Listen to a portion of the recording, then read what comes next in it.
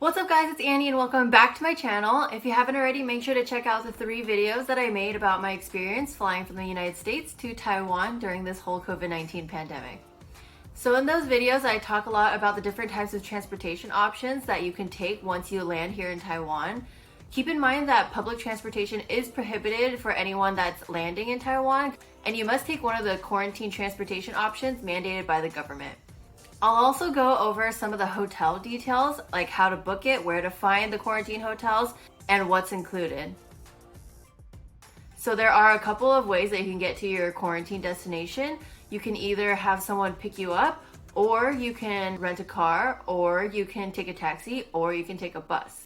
So if you're gonna have a friend or family pick you up, it's common for them to come and spray you down before you get in the car. Or I've seen families drive 2 cars to the airport and then giving one of them to the family that just arrived and then driving the other one home. That way you don't cross-contaminate between households. The pickup location is in the same place that it usually is, right outside the double doors before the taxi stand. So if you do want to take the bus, it is a flat fee of 400 NT and it will take you to the more southern cities of Taiwan. For example, Yunlin, Jiayi, Tainan, Kaohsiung, and Pingtung.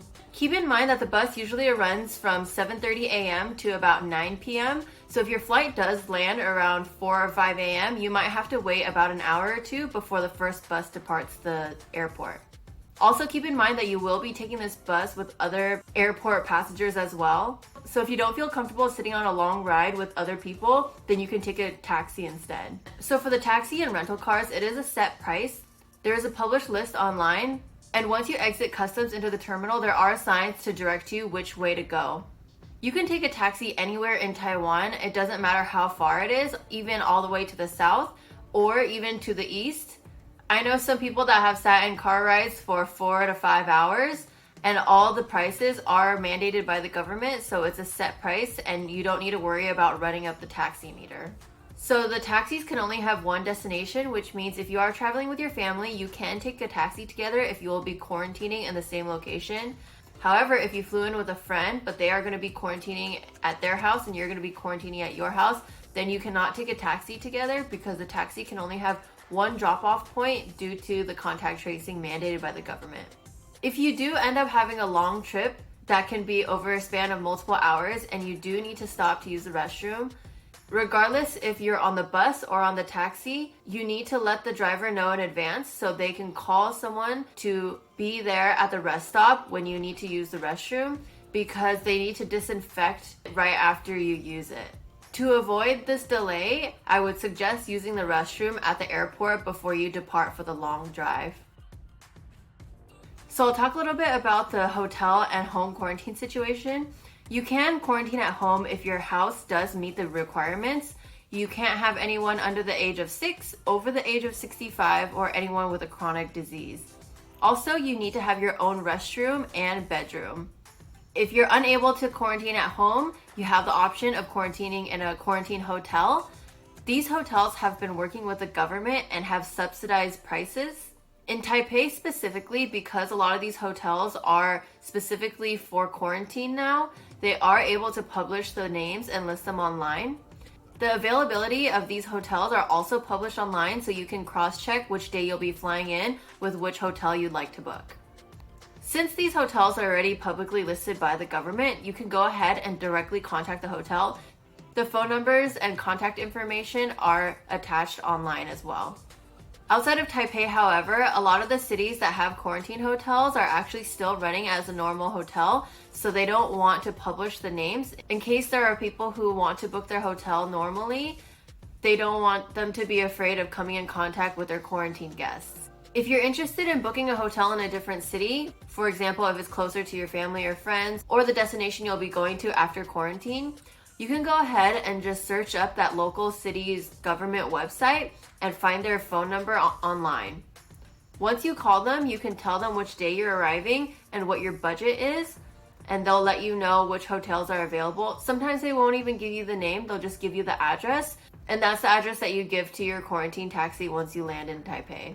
So for the price range, if you're a Taiwanese resident, you will get 1,000 NT per day for every day you're in quarantine. So for 14 days, that's 14,000 NT. You can collect this after your 14 days if you have not racked up any fines and broken quarantine.